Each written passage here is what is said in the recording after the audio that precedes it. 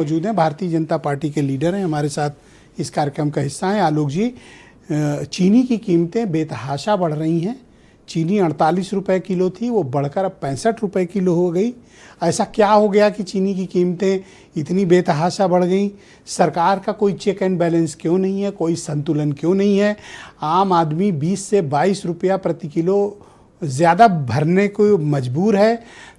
ये क्या मिसमैनेजमेंट नहीं है? देखिए विजय जी, जो मेरे संज्ञान में है इसका रेट शायद अभी 55-56 के आसपास पहुंच गया है। डेफिनेटली इंक्रीज एकाएक बहुत शार्प इंक्रीज हुआ है।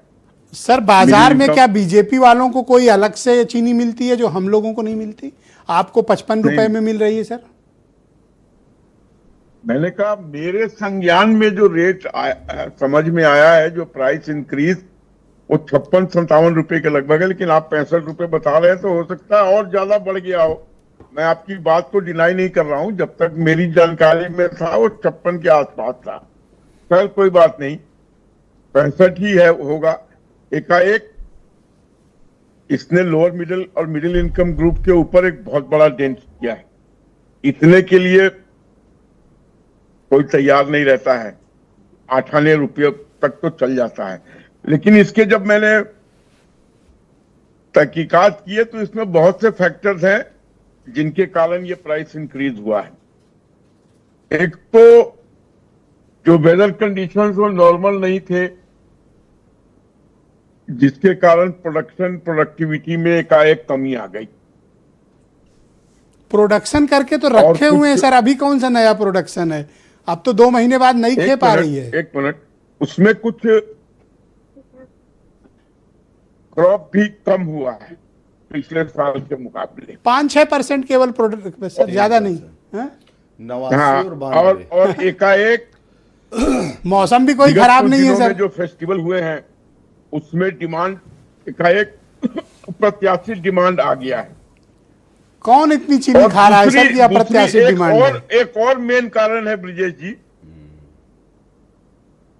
जो बड़े बड़े ट्रेडर हैं उन्होंने इसकी स्पेकुलेटिव के कारण होर्डिंग भी कर लिया है बड़े पैमाने पर। तो आपको सरकार में किस लिए बिठा रखा है कि आप स्टॉकिस्ट को चेक करें, जमाखोरों को चेक करें, चीनी मिलों का स्टॉक का मिलान करें और हमको सस्ती दर पर चीनी दें?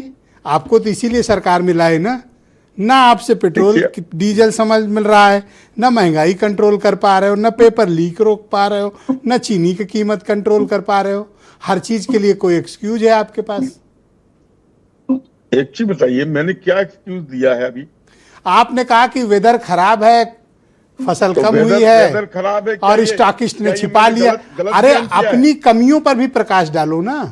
मैंने अपनी कमियों पर अगर प्रकाश नहीं डालता तो मैं कैसे कहता कि होर्डिंग हुई है? सर, आपने शुरुआत में ही आलोक जी कहा कि 55 रुपए में मिल रही है।